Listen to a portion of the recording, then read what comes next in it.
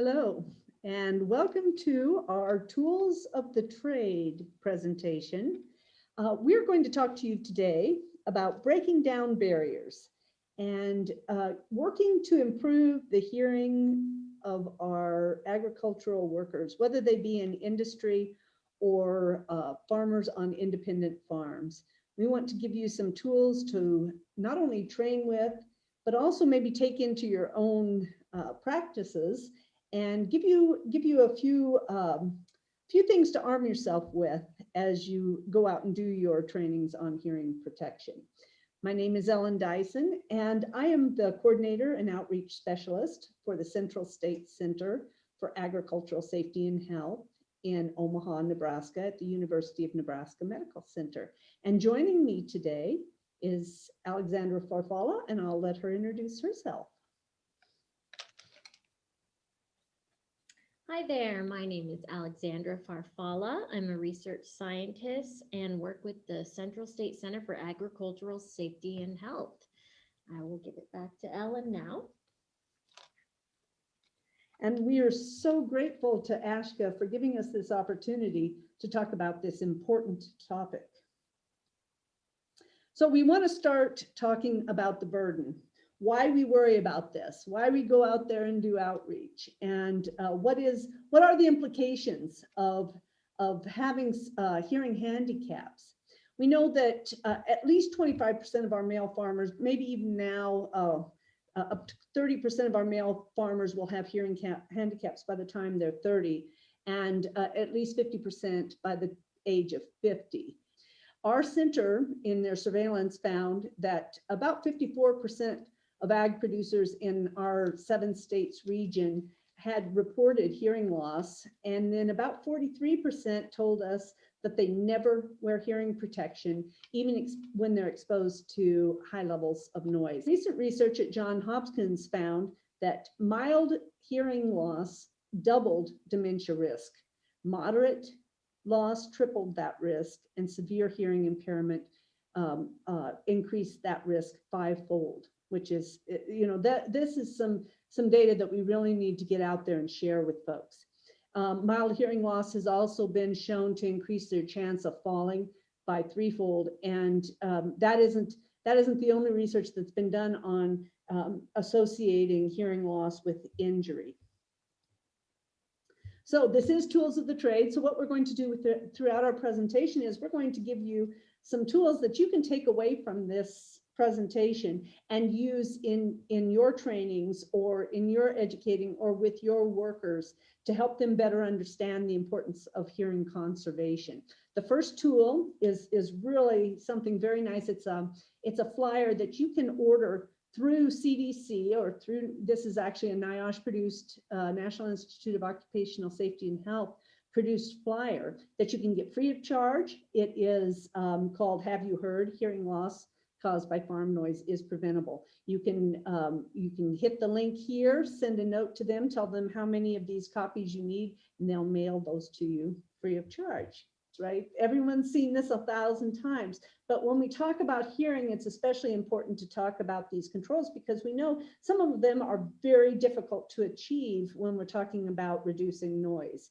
Eliminating the noise, right? We know farm machinery is just inherently noisy. Animals are inherently noisy. We know that a lot of these things we cannot change. So we start looking at some of the bottom of that upside down pyramid for things that we can affect. We can buy quiet, and we can talk to our folks about buying quiet. If you are a decision maker in a company, when you go to buy a new piece of equipment, you need to start looking at the Buy Quiet program. And we're going to talk a little bit more about that. So when we talk about tools of the trade, when these farmers, ranchers, folks working in industry decide to buy new equipment, we need to talk to them about buying quiet. And this is a program through NIOSH, and they have they work with manufacturers, they work with engineering firms to create equipment that has a lower noise rating. And this not only is this is designed to reduce the risk of hearing loss, but it also may help companies comply with OSHA and some other noise regulation requirements. So this is a great source. You just click on the link below. You can get to there and find out about some of the manufacturers that are working and some of the equipment that is, it may not look at first glance like it's ag equipment, but as we know, agricultural producers use almost every piece of equipment you can imagine. And so here's another tools of the trade. This is an article, the link is below, it's out of the UK. And what they have done is they have a section in this report on noise reduction case studies. I found this really fascinating because, folks really will come up with some great innovations when push comes to shove. And so they took 3 examples. One was a potato grading line, which if anyone's heard potatoes running down a line, it is like thunder. Grain dryers, animal feed preparation machinery, PTO powered machines, animal vocalization. Anyone that's ever been in a hog barn when someone's getting their teeth clipped or their tails clipped or castrated knows what animal vocalization can be, and it can be about 120 decibels. And then cabs of mobile machines. And so these case studies went through some folks that really worked hard to make a difference in the noise in each of these pieces of machinery, and it's very fascinating. So that would be an interesting read. So tools, another tool of the trade. There are some excellent hearing conservation videos out there. I have listed 3. One of them is one that we produced through our center, and that's the one that's for adults. It's called Protect What's Yours Hearing. And this goes a very short video that goes through how hearing loss occurs and how you can prevent it. So a great video to show during trainings. And then there are 2 youth videos if you're working with maybe progressive ag safety days. We have 2 videos there on the U.S. Agricultural Safety and Health website, and that it's a YouTube channel. And one of them is hearing safety demo with sound waves, and the other one is called Dangerous Vibrations. And personal protective equipment. And in just a second, we're going to turn it over to Alex to help you kind of work through what we have, what's some innovations in PPE. But we want to talk about why people don't use it, first of all.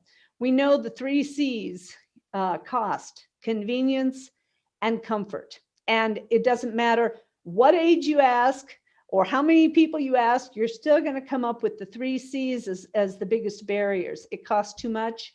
It's not where I need it when I need to use it. And also, what about the comfort? Breaking down that barrier of cost, we know that earplugs cost no more than 50 cents. And they are as effective as a $20 pair of ear muffs. And so we need to discuss the cost to benefit. It is absolutely easy and very inexpensive to protect your hearing. And then comfort, style, and familiarity, right?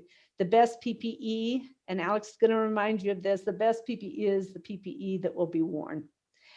It must fit comfortably. She'll talk about some sizes, provide a selection. She's going to show you some selection.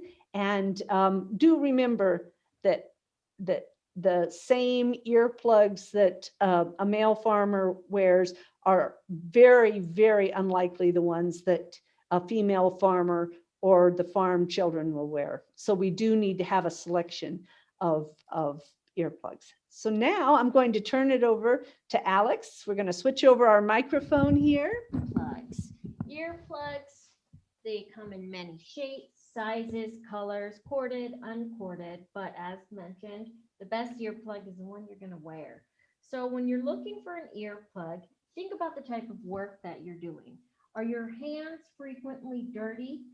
This is kind of important because if you aren't able to wash your hands right away, then you might want to use an earplug that is a no-roll earplug. Some of those come in. We have an example here that is uncorded that you would put in. And then there's some even handier ones here that come on a keychain that can be put on your keys for your tractor so they're always there when you need them. And the same way you put these in is the same way that you put the foam roll ones in, minus the rolling part. So I'll show you an example here. We have a role model here, which I'm hoping I can be for you today, of different ways that you can, the best and the not so best ways to put your earplugs in. So when you have earplugs that are roll, you want to take your thumb and your two first fingers and roll them as tightly as possible. And again, we want to do this with clean hands because we don't want to introduce any bacteria, dirt, grime into our ear canal. So you'll roll it and you'll actually take the opposite hand of the ear you're going to put it in, and you'll grab the top of your ear so you can make a flush way for the earplug to go in. You'll insert the earplug and you'll hold the end, and you should feel it expanding in your ear. And once you release, if it's not rolled very tightly, which mine doesn't appear to be, you'll feel it kind of start pulling out. That's when you know you have to take it out and just re-roll it, try it again. But as noted, there's so many different kinds. Some have grooves, some have very large foam, some have a little hard plastic, so it's easier to grab to insert. Some come corded. There's an option for everyone. And if the option of earplugs doesn't suit your needs, we also have ear muffs. We have a variety of ear muffs. They come in different colors, shapes, sizes, functions. Some of them are noise canceling, whereas some of them just can help muffle the sound that you're hearing. And again, depending on the type of work you're doing, we've come such a far way that even other personal protective equipment can be equipped with ear muffs. So it just it hits all those safety features at once. We also have, let's see here, ear muffs that have radio on them, so you can listen to your favorite jams when you're working. That will still also offer you the protection for your ears. And then we also want to talk about the innovative technologies that are out there now, in order to see sometimes it's hard to know what is loud and what isn't loud, because sometimes everything seems loud. So if you are engaging in a hearing conservation program, there's wonderful technology out there. This is a dosimeter that will give accurate reading, direct readings of what the sound levels are.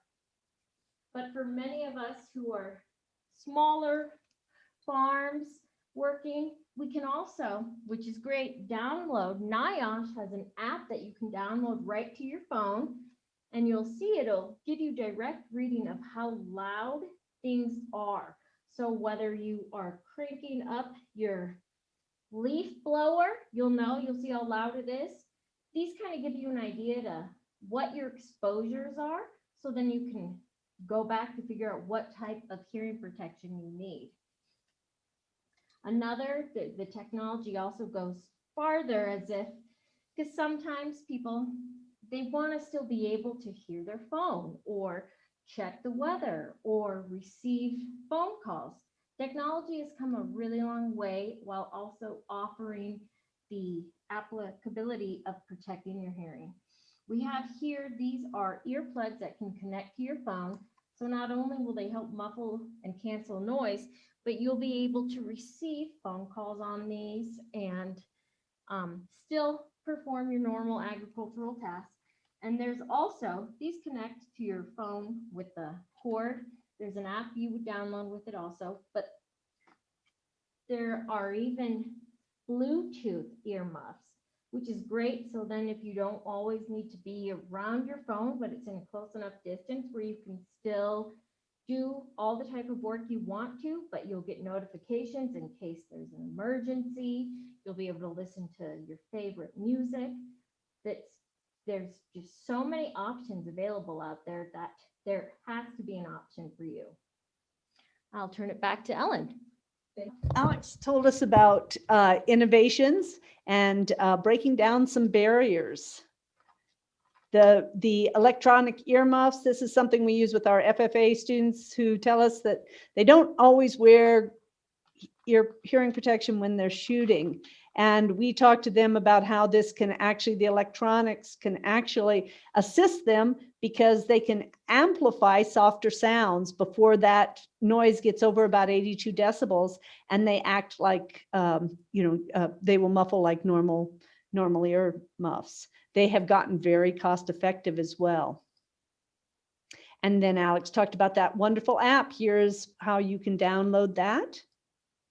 And then we also do have some other training tools within our center. We use a hearing mannequin when we're talking to young folks about hearing. She has a hearing ear with a microphone, so we can hook them into some music and let them adjust the music. And then Heather listens to the other microphone and tells them with a dosimeter how high that music is going. So we also use ear models, and as Alex showed you, the earplug sizing device.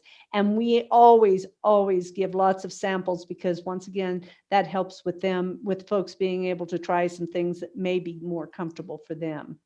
And we invite you to visit our website. We have all kinds of downloadable flyers as well, that both for adult and youth, for hearing conservation. So if you have a need for enduring materials, give me an email, send me an email, and we'll get those out to you. We've provided thousands of earplugs and lots of materials that folks need for doing their training. So please contact me. And once again, on behalf of Alex and myself, thank you for listening.